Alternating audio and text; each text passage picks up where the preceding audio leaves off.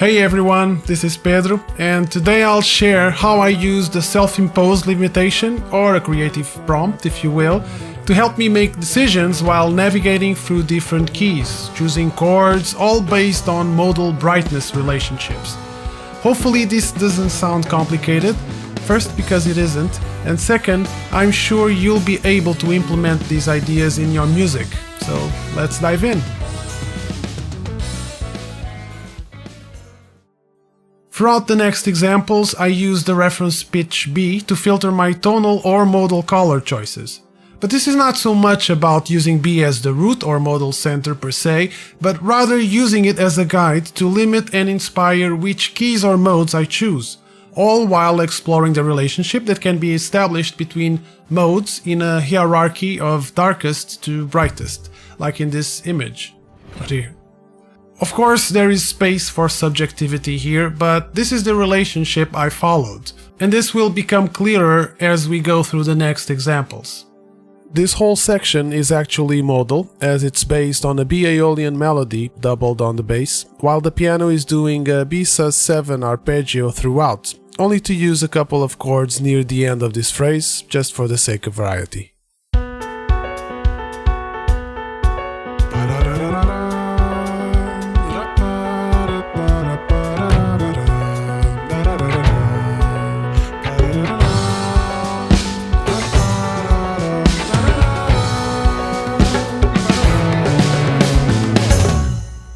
If you want to know more about modes and modal harmony, check out the links in the description taking you to the Beyond Music Theory blog.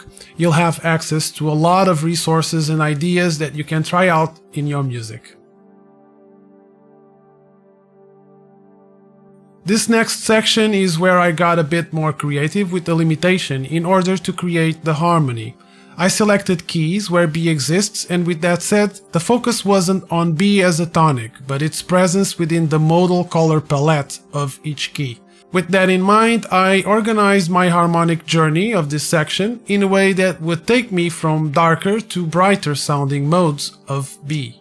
The way I started to define the chord progression was by first creating target chords that I labeled in red, and these were chosen purely on color or vibe. They are all major in this case. This helped me to focus more on the journey of how I would arrive at those target chords, either by creating a leading melody on the bass, or by using quartal chords moved in a major third sequence, as you can see in gray on the chord track. I approached it more as transitions, using mostly materials from the other keys where B lives.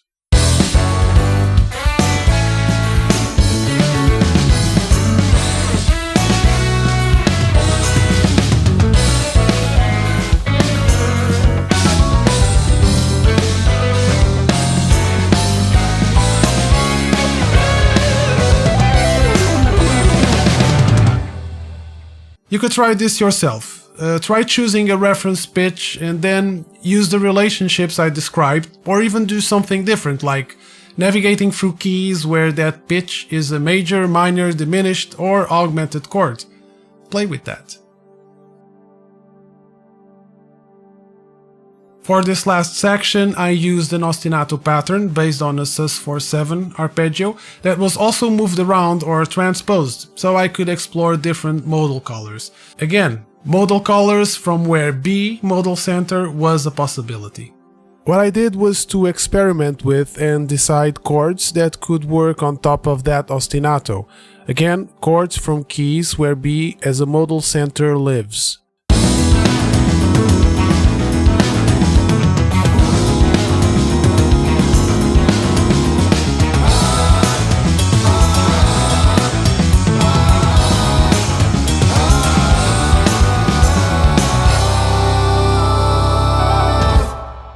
Try experimenting with a repeating phrase such as this, and try using different chords on top of it while moving it around. See how this approach may push you into unexpected colors. There would be more to unpack, but that's the gist of how I approach the creation of these examples, all while using a pitch as a base for making decisions regarding navigating through different keys and even creating chord progressions. Using constraints or limitations, such as these, can unlock new connections and drive creative decisions. So a big part of creating music in this manner is based on your ability to plan out how you want your composition to evolve, choosing and organizing your materials, etc. If you struggle with this kind of thing, I have an online course that could help you with just that. The link is in the description, as always, so check it out. And if you wish to go further, check out my other online courses on creating chord progressions or harmonizing melodies, or even the Beyond Music Theory ebook. And since you have reached this far, here is the full example put together. Thanks for watching, and until next time.